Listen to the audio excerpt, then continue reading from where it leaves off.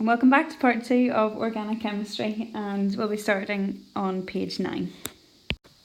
So we're going to start this part of the topic by looking at the different families of organic compounds. So you'll remember from the first video that I said that organic chemistry was all about the study of compounds that contain carbon. They all contain carbon, but each family is slightly different in the other atoms that the compounds contain, and also in the bonding that is present in the different compounds. So you do need to know a definition for what a homologous series is, and a homologous series is just another word for these families of organic compounds. But there's a little more to the definition, and we're going to break it up into its different parts. So read the definition there. I included it because it would take a long time to write out, but you do need to be familiar with it. But it's a family of organic molecules. Okay, that's the first part of it. It's a family of organic molecules that have the same general formula. They show similar chemical properties. They show a gradation in their physical properties, and they differ by a CH2 unit. Okay, so you could break that up into 5 different parts, and it might be helpful to learn it by breaking up those 5 different parts. So the first part of the definition is that a homologous series is a family of organic molecules. It's a family of organic molecules. That's the first part of it. Within a homologous series, that particular family of organic molecules all have the same general formula. And it might help to colour code it like I am. And within this homologous series, the compounds all show similar chemical properties.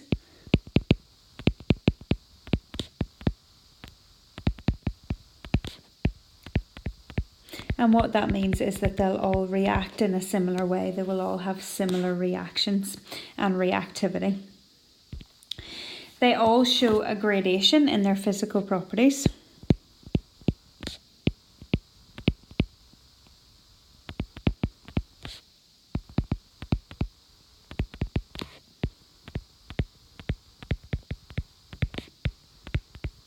That's the fourth part of the definition.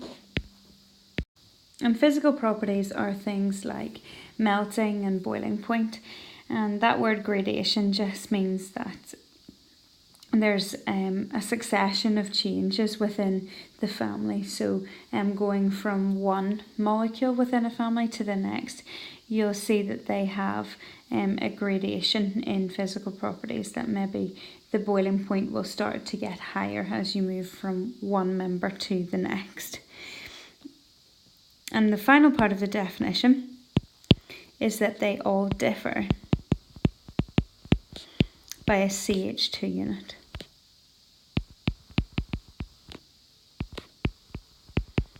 So that means when you move from one member to the next member, you add on 1 carbon and 2 hydrogens to the formula.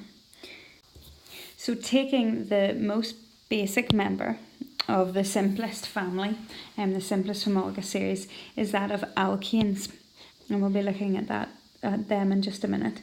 The simplest is an alkane containing 1 carbon, and when it contains 1 carbon atom, it's surrounded by 4 hydrogen atoms. The next alkane in the series is something called ethane, which has 2 carbons, and if I surround them by hydrogens, you'll see that there's 6 hydrogens. So if I look at the formula of methane, which is my first alkane, its formula is CH4.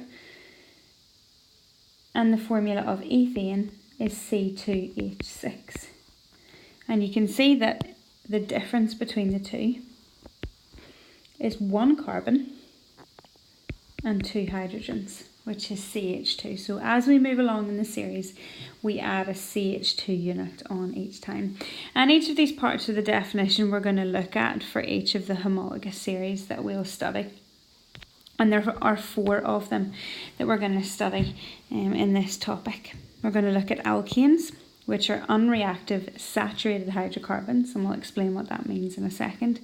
Alkanes are reactive unsaturated hydrocarbons, so you'll see how these 2 parts of their description are opposite. So alkanes are unreactive, where alkenes are reactive.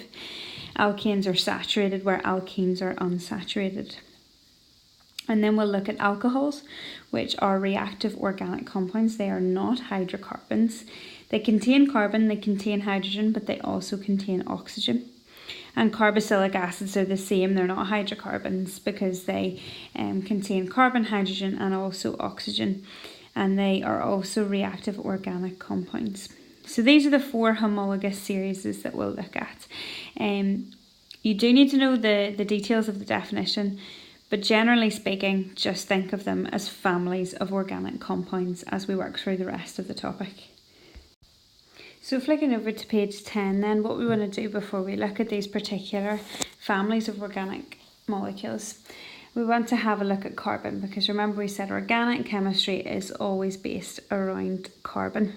And there's going to be carbon in each of our homologous series of organic compounds.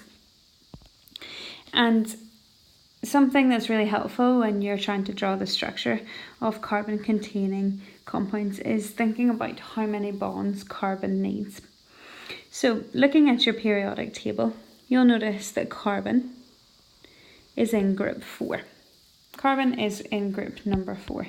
That means it has a valency of 4. And valency is essentially how many bonds an atom can form. And that means that carbon can and wants to form 4 bonds. If you think about the electronic structure of carbon, carbon has 6 electrons. So it's going to have 2 electrons in the first shell, and then it's going to have 4 electrons in the second shell. Those 4 electrons are all unpaired, so they all want to form a bond. They need to gain an electron from another atom, and how they generally do that is by sharing.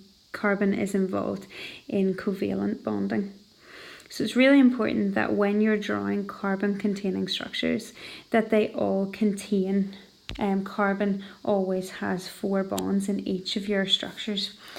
So you'll have noticed on the last page I introduced you to methane, which is an alkane that just contains 1 carbon atom. 1 carbon atom, and then the rest of the molecule is made up with hydrogens. And so if carbon's just on its own, then it's going to need 4 hydrogens. And you can see around it that it has 4 bonds, so you know that carbon is happy. I then introduced you to ethane, which has 2 carbons long. So each of those carbons now has 1 bond, and we fill the rest of it up with hydrogens.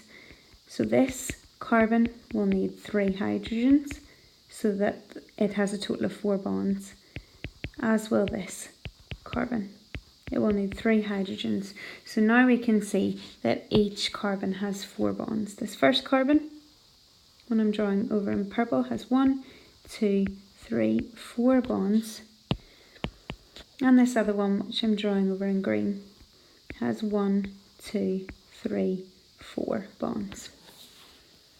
So when you're drawing the structure of an organic compound, check your carbons at the end and check to see that they have 4 bonds each. Something else that you want to be familiar with before we have a look at these different families of organic compounds is the idea of functional groups. And not all of them, but most homologous series have a common functional group. And a functional group is essentially what determines the reactivity of a compound. And for the different homologous series that we will look at, firstly we'll look at alkanes, and they do not have a functional group. They're an example of a homologous series that does not have a functional group, and that's actually why they're so unreactive. We looked at on the last page at how alkanes are unreactive.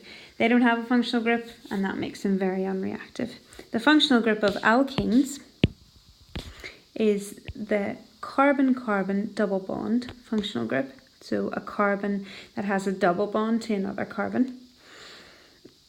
The functional group of alcohols is this OH group. So where you see an OH group present, that makes something an alcohol, and that's its functional group. And for carboxylic acids, the functional group is a carbon, 2 oxygen and a hydrogen atom group.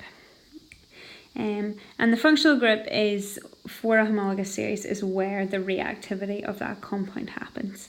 And for each of these homologous series, we will look at these particular functional groups in turn. But for now, just know that a functional group is what determines the reactivity of that compound. So let's have a look at our first family of organic compounds, and that is the family of alkanes. It's the first homologous series that we're going to look at. And what alkanes are, they are saturated hydrocarbons. They are saturated hydrocarbons. And we'll have a look in a second what that word saturated means, but just to remind you of what hydrocarbon means. It means that it's a compound containing hydrogen and carbon only. So alkanes only contain carbon atoms and hydrogen atoms. This word saturated just means that there's only single bonds within alkanes. There's only single bonds. And what that means is that each carbon atom is completely saturated with hydrogens. And so they don't contain a carbon-carbon double bond, and they don't contain a carbon-carbon triple bond. For the carbon-carbon double bonds, that double bond counts for 2 bonds for each carbon atom. So that would mean they would only have room for 2 other bonds with hydrogen. For the carbon-carbon triple bond, each of those carbons now has 3 bonds, so only has room for 1 hydrogen atom.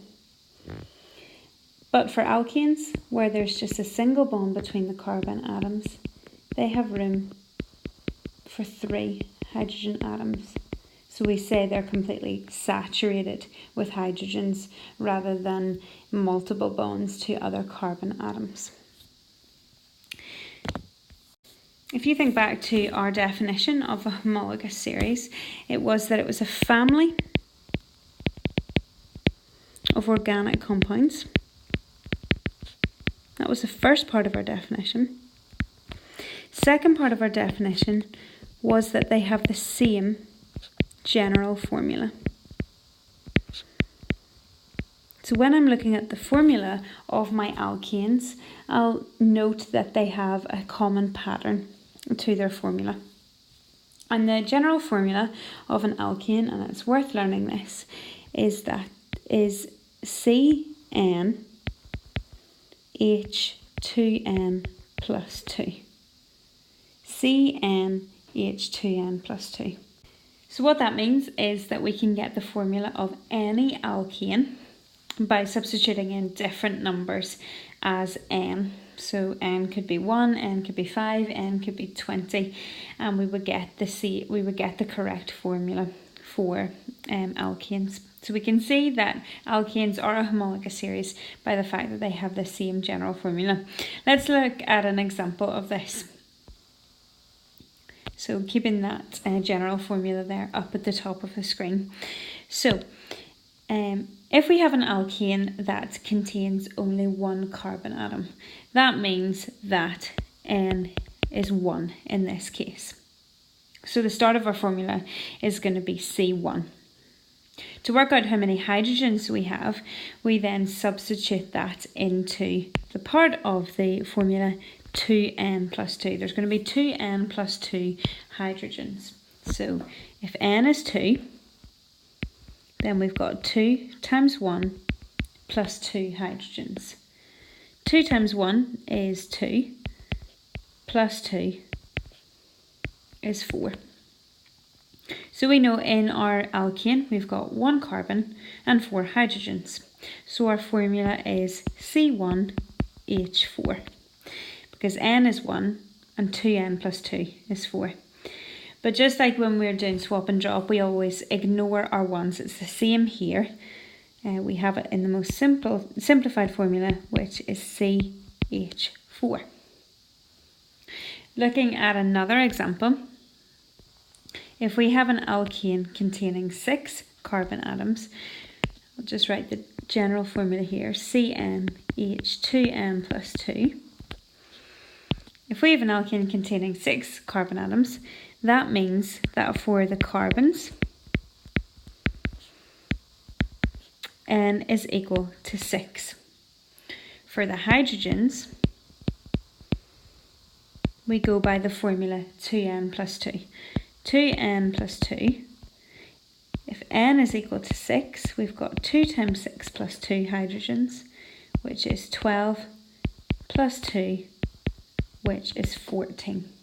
So therefore, we've got 6 carbons,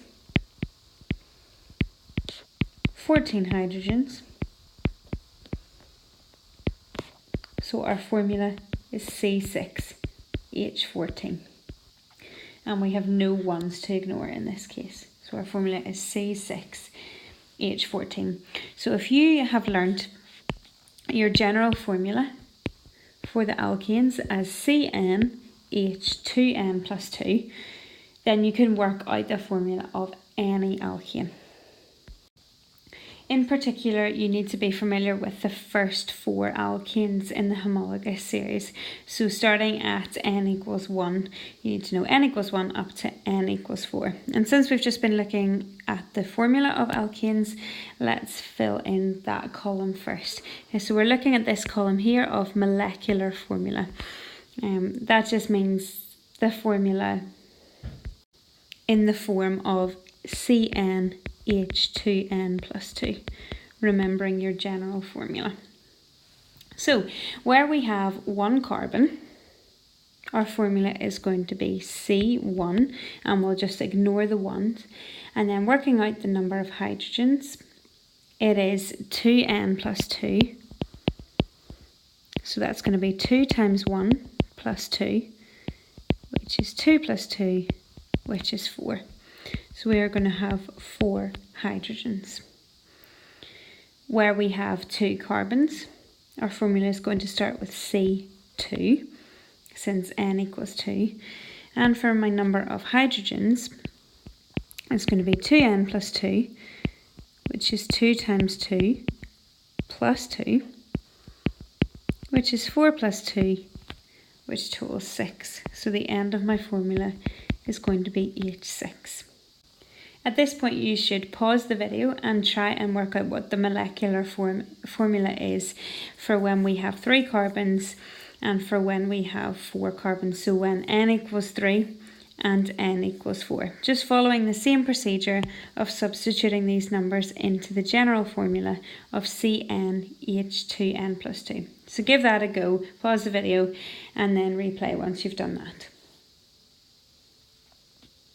So for when n equals 3, the start of our formula is going to be C3. And the number of hydrogens we work out by doing 2n plus 2, which is 2 times 3 plus 2, which is 6 plus 2, which equals 8. So it's going to be C3H8. And then finally, for when n equals 4, the start of our formula is going to be C4. And then to work out how many hydrogens we have, we use our general formula of 2n plus 2 hydrogens, which is 2 times 4 plus 2, which is 8 plus 2, which is 10 hydrogens. So for our fourth alkane, the general formula, the molecular formula is C4H10. So again, you have the choice. You can learn those 4 formulas, or you can learn the general formula of CnH2n plus 2 and then work it out for whatever length of a hydrocarbon that you have, whatever length of alkane that you have. The other thing you need to be familiar with is the name of these first 4 alkanes. Now, after the 4th alkane, they make sense. So for example, when n equals 5, you don't need to know this, but when n equals 5, the name of your alkane is pentane. Think of a pentagon, has 5 sides, and that's where the pent part comes from. And ane is because this is an alkane, so they all end in ane. For n equals 6, the name of the alkane is hexane. Hex obviously coming from, for example, a hexagon has 6 sides, and so hex means 6, and then the fact that it ends in ane means it's an alkane. Think about n equals 8. What do you think your alkane with 8 carbons is? Well, it's simply octane.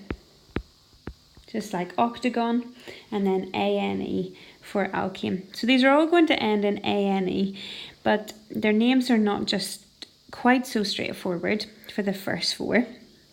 And so you need to learn these names.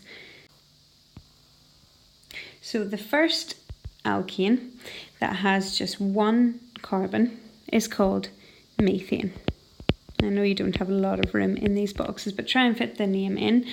So the first name is methane. The second alkane is called ethane. The third alkane is called propane. And the fourth alkane is called butane. What you'll notice is that they all end in ane, and that's to show that they are alkanes. But the first part of their name, it doesn't make too much sense. As I say, after 4 carbons, it does make more sense, it's more logical. But you do need to learn these prefixes of the name. So methane, ethane, propane, and butane. And there's a couple of rhymes that might help you remember them, or you might want to come up with your own. The one I learnt at school is my elephant's poo is brown, and I was using that right up until my finals of my chemistry degree. Just counting on my fingers, my elephant's poo is brown. But one that's probably a little more common is monkeys eat peanut butter. So either one of those, pick one that works for you, and remember it to help you remember the names of those first 4 alkanes. So what we want to go back and do now is have a look at the structural formula of each of these alkanes. The structural formula. And the structural formula is just taking how many carbons we have and how many hydrogens we have and showing the bonds between them. So we've seen this a couple of times in this topic already, but for methane I have 1 carbon atom. So we draw that in the centre, and we can see from our formula that we have 4 hydrogens. But another way to think about it is that we know that carbon must have 4 bonds, and we learnt of a definition of alkanes is that they're saturated with hydrogens. So each of those 4 bonds is made up with hydrogen atoms. So methane is 1 carbon atom in the centre with 4 hydrogens around it. Ethane has 2 carbons. So the easiest thing to do is just draw your carbon chain first. So I have 2 carbons. I know that carbon needs 4 bonds, so it's going to need, each carbon is going to need 3 more bonds. And that's where the hydrogen goes, at the end of each of these bonds. And you'll see that that structural formula fits with the molecular formula in that there's 2 carbons and 6 hydrogens. Propane is similar, it's got 3 carbons, So again, draw your carbon chain first, 3 carbons in a row. Each of those carbon atoms needs to have 4 bonds, so then draw the rest of your bonds in, perhaps in a different colour to show that. So 1, 2, 3 around that end one. The middle carbon already has 2 bonds. You'll see one on the left and one on the right. So actually it only needs 2 more bonds. And the carbon on the left needs 3 more bonds. And at the end of each of those bonds, I put my hydrogens. At this point, you could pause the video and try drawing your structural formula for butane. Again, draw your carbon chain first and then make sure each carbon has 4 bonds and surround the carbons with hydrogens.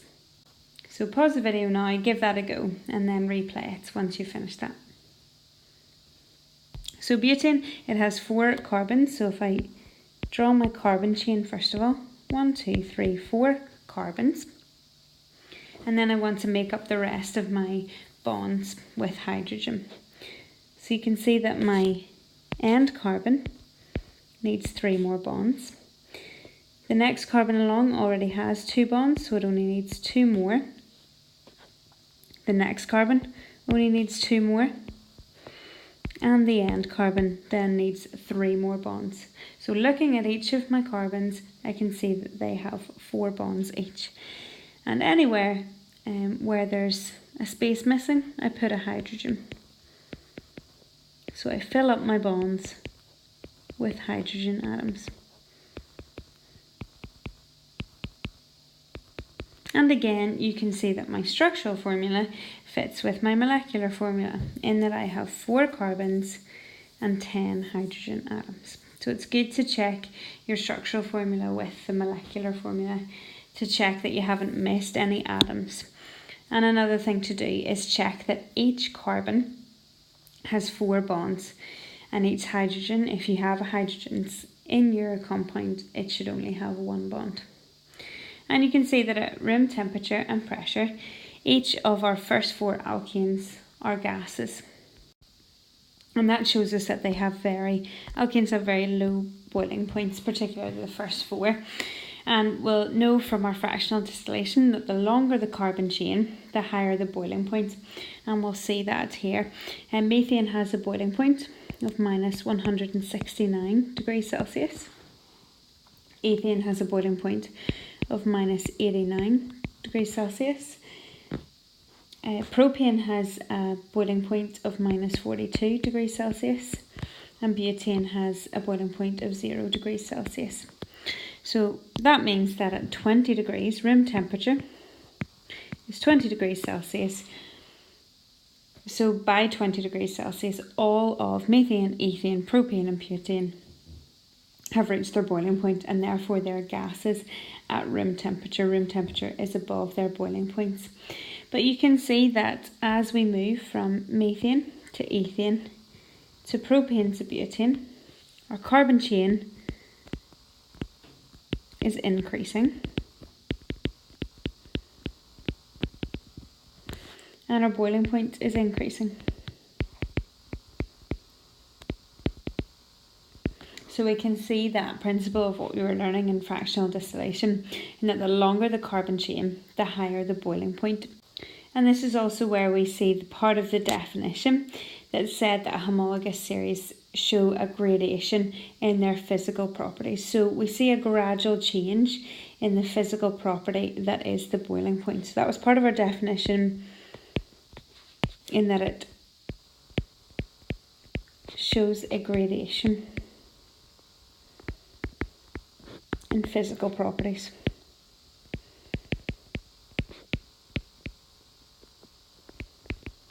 In this case, we're looking at the boiling point. So we see a gradual change, a gradual increase in the boiling point.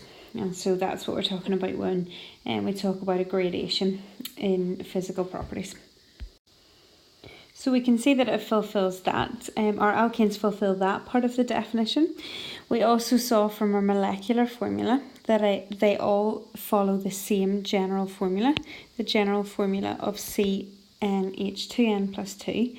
Another part of our definition was that each consecutive member differs by a CH2 unit, and we can also see that from the molecular formula. Our first formula of methane is CH4. The second member is ethane, and it is C2H6. So what have we added on here? We've added 1 carbon and 2 hydrogens. 4 plus 2 is 6. So we've added a CH2 unit. Then moving from ethane to propane, what have we added in this case? Well, we've moved from 2 carbons to 3 carbons, so we've added 1 carbon, and we've moved from 6 hydrogens to 8 hydrogens, so that's adding on 2 hydrogens. So again, we've increased by a CH2 unit. And then moving from propane to butane, we've moved from 3 carbons to 4 carbons, so that's adding on 1 carbon, and we've moved from 8 hydrogens to 10 hydrogens. So again, we're adding on 2 hydrogens. So you can see that each of our consecutive members of the alkanes differ by a CH2 unit. So it fulfills that part of the definition also. And that's what it mentions down at the bottom of page 12.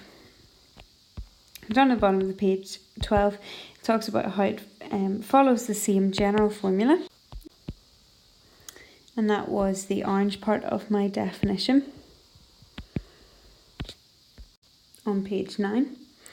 And we can also see from the table that the formula differ by a CH2 unit, which was the green part of my formula.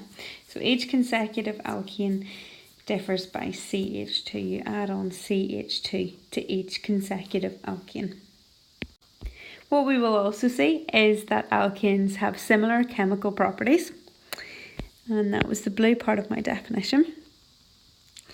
And we'll see that alkanes are generally very unreactive. We only focus on combustion reactions of alkanes because they are very unreactive. And we talked on the previous page about how they show a gradation in their physical properties. So as the carbon chain gets longer, the boiling point increases. So generally they have low boiling points, and that's why we see the first 4 are gases. But if the carbon chain is 5 or more, so you might want to change that sign to greater than or equal to 5 carbons in the chain, they are liquids. So the longer the carbon chain, the higher the boiling point. So we see a gradual change in the physical property of boiling point. So gradation, you might want to write that we see a gradual change. For example, we see a gradual increase in boiling point. So when we're looking at the reactions of alkanes, there's only one that we need to focus on, and that is that of combustion. Because alkanes are so unreactive, combustion is the main reaction of alkanes. There are 1 or 2 more, but we don't need to know them at this level. So because alkanes don't have a functional group, they're very unreactive. So combustion is the reaction of a substance with oxygen when we burn it. And thinking about what alkanes are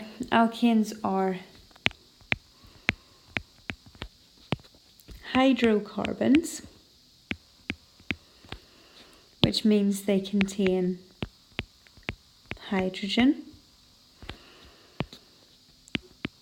and carbon only. What do you get when you react hydrogen with oxygen? You get water. What do you get when you react carbon with oxygen? Well, if it's complete combustion, you get carbon dioxide. And if it's incomplete combustion, you get carbon monoxide. So let's have a look at the couple of different combustion reactions of alkanes. Firstly, complete combustion, where we have oxygen in excess, so we have a plentiful supply of oxygen. When we react the alkane with oxygen, we're going to get carbon dioxide from the carbon that is in our alkane, and we are going to get water from the hydrogen that our alkanes contain. So you can see our symbol equation for propane, and we'll practice writing those in a second. Propane has carbon, and therefore we reduce carbon dioxide. And propane also has hydrogen in it, and that's where we get our water from. When we have incomplete combustion, and this occurs when we have a limited supply of oxygen, we produce carbon monoxide instead of carbon dioxide. Therefore, when we react an alkane in a limited supply of oxygen, we get carbon monoxide.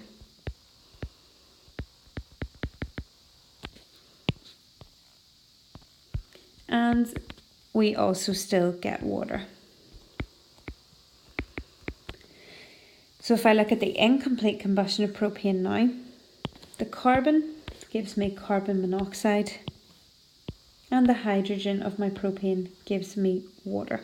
So you need to be careful, as we talked about in the last topic, you need to be careful about whether they tell you it's complete combustion or incomplete combustion, whether they say it's in excess oxygen or whether it's in limited supply of oxygen.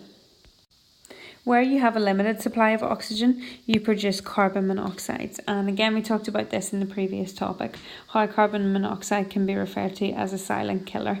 And we talked about how it binds irreversibly to the hemoglobin in red blood cells.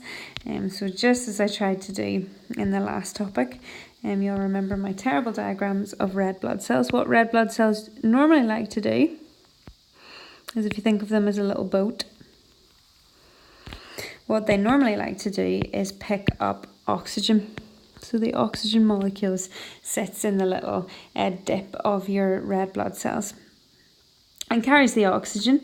It forms a temporary bond with the oxygen, and then when it gets to the cells that needs oxygen, that bond is removed and the oxygen is then delivered to the cells that need it. But what happens when we breathe in carbon monoxide is that the carbon monoxide comes along and it forms a permanent bond with the red blood cells. It binds irreversibly to the red blood cells, the hemoglobin in your red blood cells. And if it has taken up the space of the oxygen and it binds irreversibly, that means it's taking up the place of the oxygen permanently, and the red blood cells can't pick up oxygen, so therefore it can't deliver oxygens to your the cells in your body that need oxygen, and therefore you essentially suffocate. So that's a real danger of carbon monoxide, and therefore a real danger of incomplete combustion. And that's why we have carbon monoxide alarms in our houses, in order to detect when carbon monoxide levels get too high. So we want to move on now to writing balanced symbol equations for the combustion of hydrocarbons. And these can be quite difficult, but we'll do a couple of worked examples. And if done step by step and in the same order each time, they're actually okay. So learning this step-by-step process is very, very helpful in the exams. So the first step when writing these balanced symbol equation is to choose the correct products. Choose the correct products. What I mean by that is looking to see whether your combustion reaction is complete combustion or whether it's incomplete combustion, because that affects what products you make. So thinking back, with complete combustion, we produce carbon dioxide. So you're going to get carbon dioxide and also water. Remind yourself that alkanes are hydrocarbons, therefore you're going to get an oxide of carbon and you're going to get an oxide of hydrogen, which is water. Incomplete Combustion, on the other hand, you don't get carbon dioxide, but you get carbon monoxide and also water. So that's the first step, and if you get that wrong, then the rest of your equation is going to be wrong. So be careful about that at the very start of your writing your equation. Choose the correct product. And in fact, if you're able to choose the correct product, you will get part of the marks, because if your products are correct, and therefore your equation will be correct, it'll just not be balanced. So you'll lose a mark for your equation not being balanced, but at least you'll get part of the marks anyway. So we're going to use the example of ethane, and try to think to yourself, how many carbons does ethane have? Think through your rhyme. My elephant's poo is brown, or monkeys eat peanut butter. Ethane has 2 carbons in it. So it's C2, and then thinking of our general formula of alkanes, CnH2n plus 2. 2n plus 2 is going to be 2 times 2 plus 2, so it's 4 plus 2, which is 6 hydrogens. Or else you can learn the formula of ethane as being C2H6. Well, what is combustion? Combustion is the reaction with oxygen. And we can see here that I've got the complete combustion of ethane. Therefore, my products are going to be carbon dioxide and water. So what you have at this stage is the correct equation for the combustion of ethane, but it's just not balanced. So even if you don't get any further than this, try and remember this first step, that the combustion of an alkane produces carbon dioxide and water if it's complete combustion, and carbon monoxide and water if it is incomplete combustion, because this will get you some of the marks if you get the correct equation with the correct products, but that it's just not balanced. But let's move on now to see how we go about balancing this equation. So once you have your equation written, the first stage in balancing it is look to your carbons, and you balance the carbons with carbon dioxide. So let's rewrite our equation, what we have so far. So far we have ethane, which is C2H6 plus oxygen. Leave a little bit of space for your balancing numbers. And that reacts to give us carbon dioxide plus water. So that's what we have so far. And the first stage in balancing is by balancing your carbons with carbon dioxide. So we can see that we have 2 carbons in ethane, and so we need 2 carbons on the right hand side.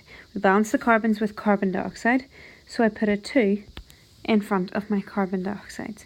So therefore my carbons are balanced at this stage. The next thing we move on to is our hydrogens. So let's first of all write what we have so far. So we have ethane plus oxygen gives us 2 carbon dioxides plus water.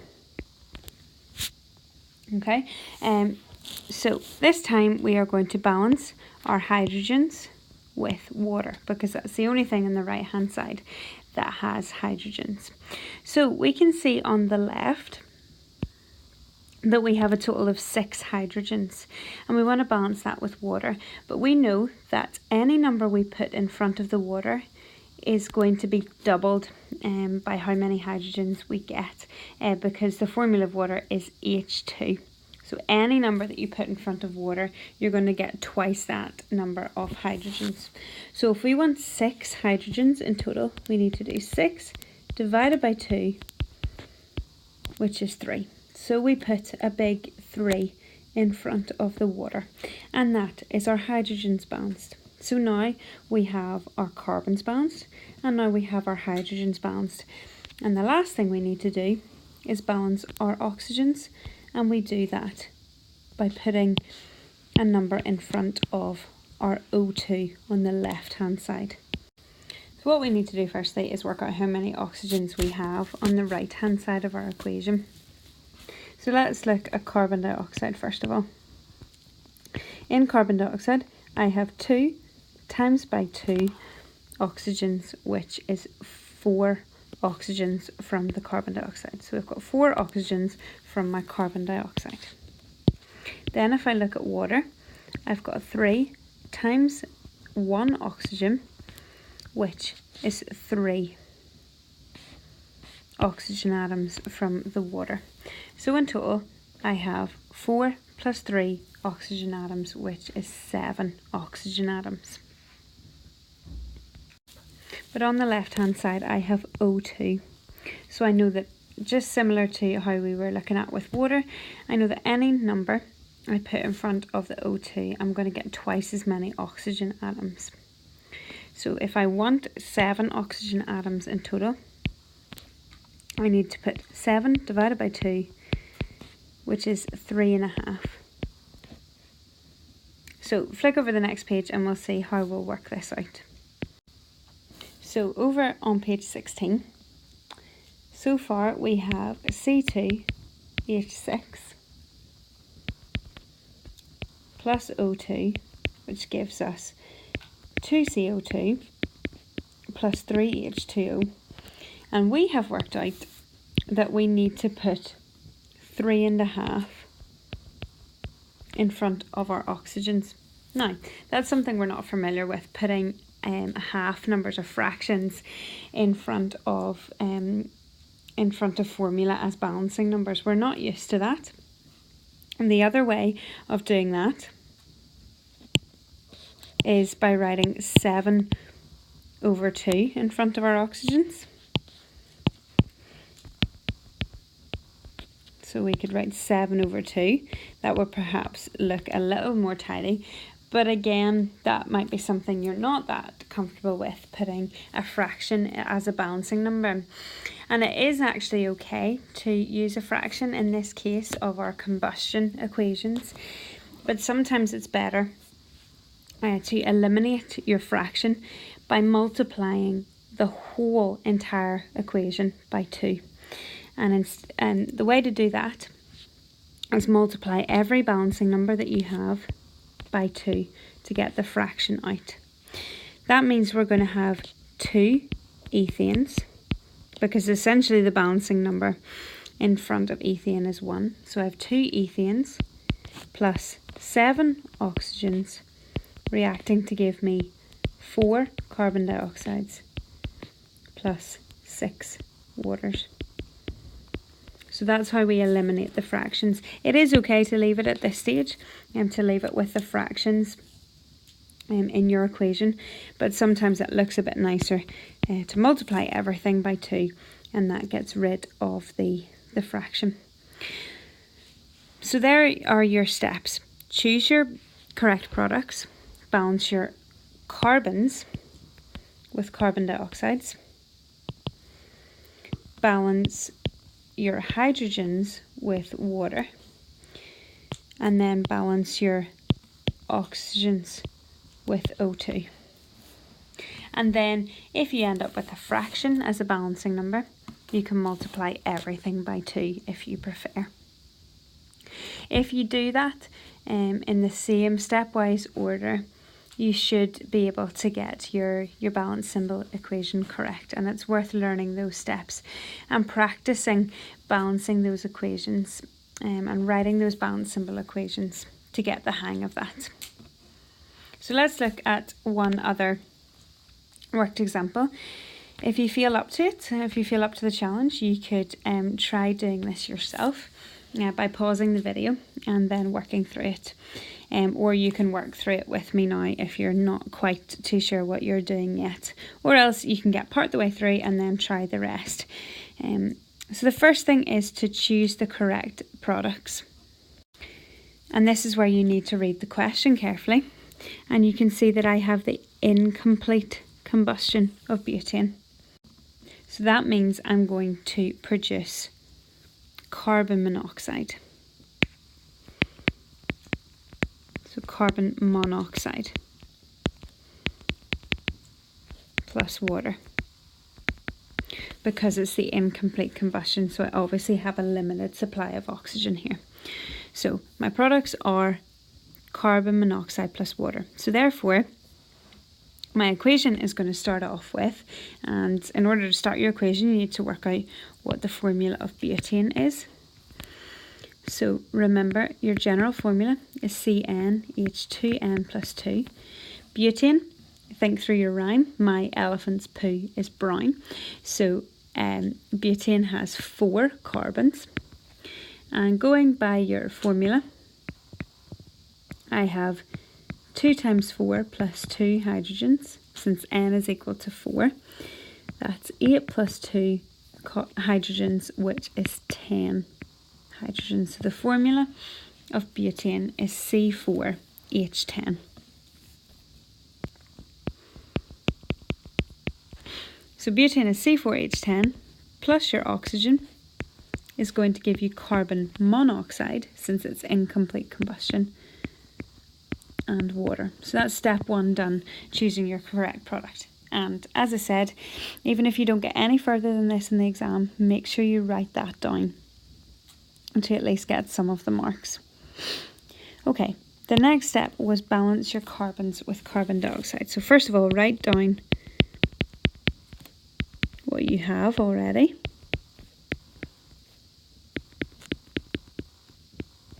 So we're balancing our carbons with carbon dioxide. On the left, I have 4 carbons, so I need 4 on the right. And technically speaking, since we've got incomplete combustion here, we're really balancing our carbon with carbon monoxide. So essentially you're balancing your carbon with whatever is on the right hand side, be that carbon dioxide or carbon monoxide. So if you want to remove that too after CO, then you can do that. But the general idea will be the same. However many carbons you have on the left will be how many carbon dioxides or carbon monoxides you have on the right. Second step is then balance your hydrogens with water. So let's write down what we have so far. We have our butane plus oxygen giving us 4 carbon monoxides plus water. So balance your hydrogens with water. We have 10 hydrogens on the left, but I know that any number I put in front of my water, I'll have twice as many hydrogens. So to work out the balancing number for my water, I need to take the number of hydrogens, which is 10, and divide it by 2, which is 5. So the balancing number in front of water is 5. So I've now balanced my hydrogens with water. Last step then is to balance my oxygens with O2. So first of all, write down what you have so far. Butane, C4H10, plus oxygen gives you 4 carbon monoxides plus 5 waters.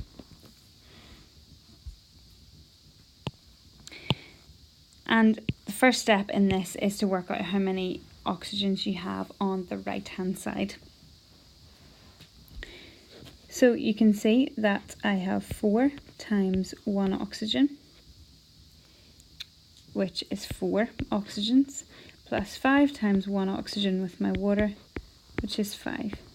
4 plus 5 is a total of 9 oxygens.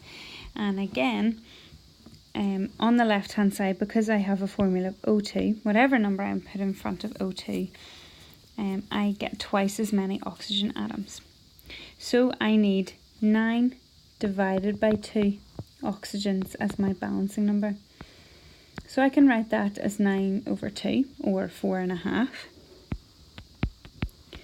And that would be my equation, sufficiently balanced. However, if you want to remove the fraction from your balancing numbers, you can times the whole equation by 2. So you would end up with 2 C4H10 plus 9 O2 reacting to give you 8 carbon monoxides plus 10 waters. And that is your final equation. 2 butanes plus 9 oxygens giving you 8 carbon monoxides plus 10 waters. And what you can do at this stage is make a list of the atoms that you have on either side of the equation and total up your numbers of carbon, hydrogens and oxygens to double check that you've balanced your equation correctly. But if you followed the step-by-step procedure, you should have the correct equation. And if you want a little bit more practice in this area, it might be a good idea at the end of the alkanes part of the topic to try writing the equations for the complete combustion and the incomplete combustion of your 4 alkanes. So of methane, ethane, propane and butane. So your complete combustion of each is going to give you carbon dioxide plus water, and your incomplete of each is going to give you carbon monoxide plus water. So you could practice all 4, in which case you're going to get 8 equations, but that would give you good practice in writing these balanced symbol equation. And those are the only 4 alkanes that you're going to be asked to write these equations for, but it's quite likely to come up, so it's good. It'd be a good idea to get practice in writing equations for each of those. So that brings us to the end of this part of the topic, looking at our first homologous series of alkanes.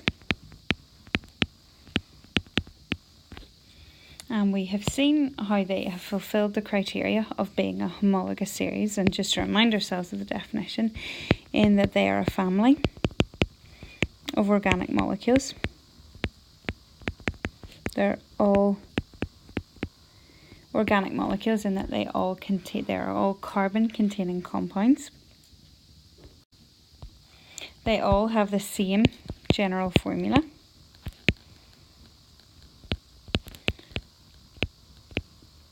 And that is the formula of CnH2n plus 2. You need to be familiar with that. They all have similar chemical properties.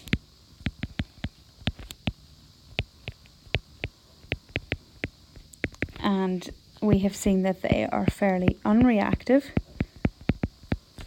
Their main reaction is combustion.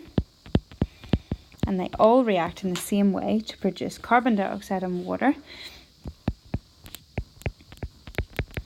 if it's complete combustion, or carbon monoxide plus water if it's incomplete. And the reason that they're so unreactive is that they have no functional group. Remember, that is a group that determines a group of molecules' reactivity. So they have no functional group, which means they're pretty unreactive. We've also seen how they show a gradation in physical properties. And we saw that in the example of the boiling point, in that the longer the carbon chain, the higher the boiling point. So they show a gradual change in their physical properties. We look particularly at the boiling point.